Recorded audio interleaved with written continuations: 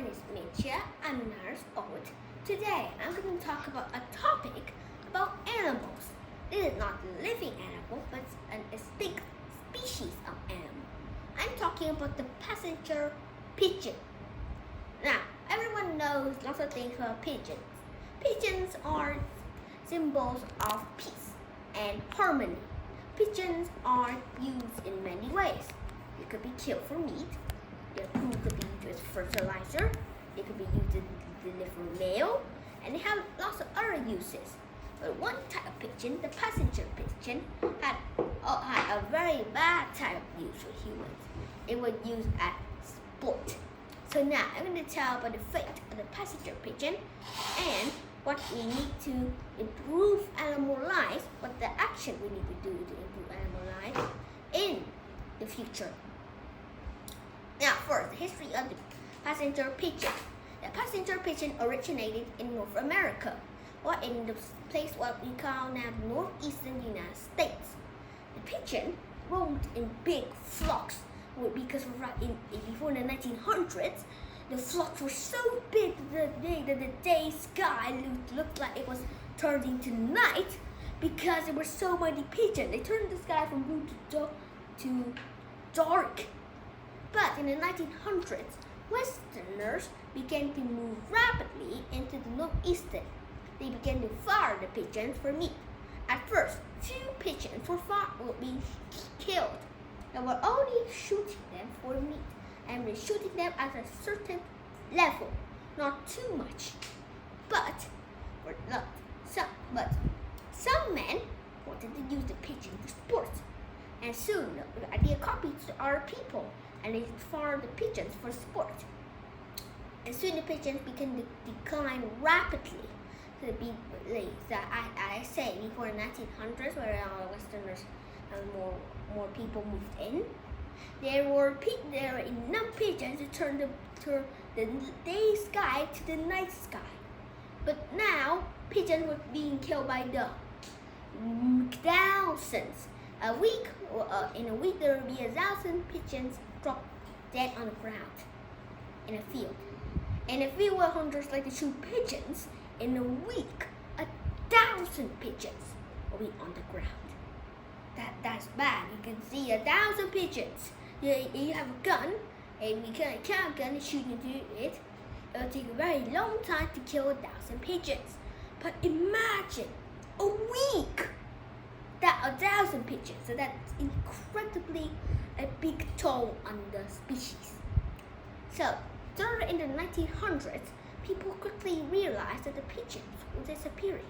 In 1905, people were trying to relieve the pigeon. We were trying to keep pigeons in wildlife reserves and banning people from shooting them. But there were just too few pigeons. And in 1910, the last pigeon, that was Martha, died in her captivity. And then the passenger pigeon was officially declared extinct. So here are some lessons we can learn to keep other animals from getting extinct.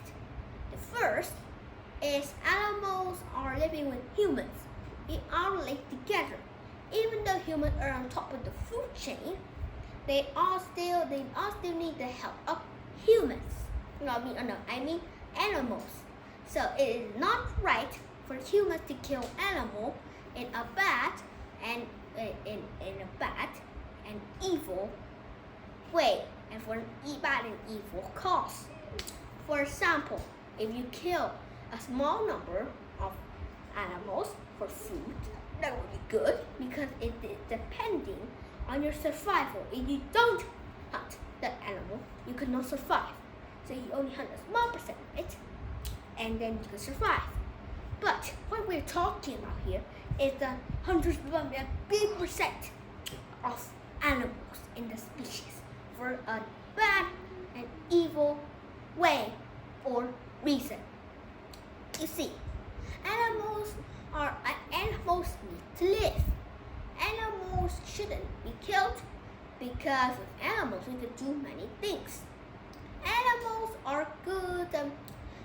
Animals can help us, like they can make we can make natural fertilizer, They provide us food. They provide us homes and our materials for their body, and so on. For a fact that we should do things like the ways that they do with hunted animals, like the Native Americans.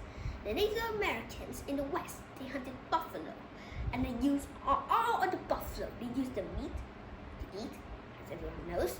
They used the skin to make coats and capes. They used the bones to make sleds and cups, the sinew to make ropes, and the horns to make ornaments and the jewelry, and lots more. In fact, it uses for all of the buffalo's body parts. We should copy that. We should use all of the body parts of the species, not left them back. Like for example, you get a pigeon. The pigeon has very stretchy sinew. You can use it for sure, but you flip it away and you only take and meet the feathers. So you left a part that could help you in your life later or now. And now, the second part is that animals are very vulnerable. They are not smart like humans, as like monkeys and Japanese and gorillas and some stuff. But they are not smart like humans. They know how to do big dance and stuff, but they know how to build big houses, and they know how to make cars and luxury stuff like that. Well, chimpanzees are smarter. They can do simple math like humans. They are still not in the smartest range of humans. So that makes them that makes them all animals are no smarter than us humans. So we must treat them fairly and nicely, because who knows, animals could be a good thing. For example, there is a place where people ride elephants, but then the people of a different place come in, and they kill all of the elephants, and then the old elephants for the indigenous people to ride, and they cannot survive. They die off, and then the rest of the people will die off too, without elephants, because in the land the land will only be fake, will only be dreaming. The land there is not suitable for horses. They only use elephants. So you see, animals can be used for humans. Humans have lots of good ways to use animals. But if you kill a species of animals, the human survival or the tribe or the people on it that use the animal survivability rate will be very low. And the final thing we have to do to protect animals is to stop the being like, well, we are proud. They being we are top of the environment. We can just do anything we care. Because you see, not in being less to climate change. People are not caring of animals. They are sending bad air into the environment, damaging the ozone layer. They are throwing trash into the ocean, killing thousands of sea creatures. They're chopping down forests, killing animals. In the north, you see glaciers are melting, polar bears, and soon polar bears and penguins and stuff that species related that will be extinct. And that will take a big toll on the environment. So humans must know how to respect Mother Nature, because if you don't respect Mother Nature, our human don't know that Mother Nature soon, Mother Nature will go against us because of the melting glaciers. The water will be high and will squeeze up towns. Because of the heat, wildfires could appear, and hurricanes and typhoons will start and destroy many places. So everyone has to remember, we are powerful, but Mother Nature is as powerful as us. So we must respect Mother Nature and do good things for her and for us. So that's the end of my very, very, very, very, very interesting topic about what I just talked. And now I hope to see you again next time and say goodbye.